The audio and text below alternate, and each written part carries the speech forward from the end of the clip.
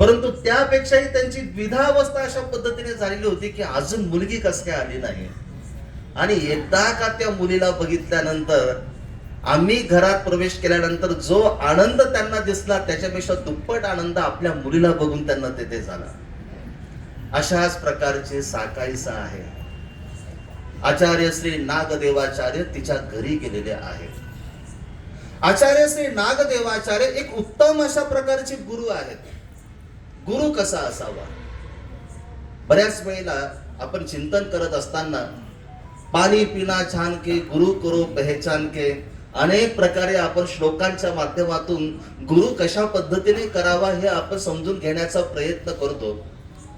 पण स्फूर्तीस्थळामध्ये एक आदर्श अशा प्रकारचा नमुना आहे की आचार्य श्री नागदेवाचार्यांनी ज्यांना ज्यांना उपदेश दिलेले आहेत, तो उपदेश दिल्यानंतर आपली जबाबदारी संपली असं आचार्य श्री नागदेवाचार्य कधीच वागलेले नाही.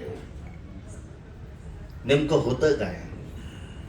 आम्ही कुठल्या तरी आकर्षणाला बळी पडतो आणि एखादे बाबा आम्हाला चांगले वाटतात आणि म्हणून आपण उपदेश घेऊन मोकळे होऊन जातो. नाही, ते बाबा आले, मग माझी अचानक इच्छा झाली आणि मी उपदेश घेऊन टाकला. पण थोडस मी तुम्हाला वेगळं सांगतो. उपदेश घेण्याच्या आधी ज्यांचा आपण उपदेश घेत आहोत ना, विचार करता आला पाहिजे. मी उपदेश घेतला, 10 मिनिटात उपदेश आपला होऊन जाणार आहे, पण ज्या कारणाने मी उपदेश घेत आहे तो उद्देश माझा यांच्यापासून सफल होईल का, आधी या प्रश्नाचं उत्तर आपण शोधणं गरजेचं आहे. मी एखाद्याचा उपदेश घेतला परंतु त्यांची माझी भेट होईल का, आणि खरोखरच मला त्यांना भेटता येईल का? मी एखाद्याचा उपदेश घेतला आणि त्यांची जर माझी भेट 2-3 वर्षांनी जर होत जर असेल तर माझी आध्यात्मिक प्रगती कशी होईल बरं? माझी आध्यात्मिक प्रगती होणार नाही ना.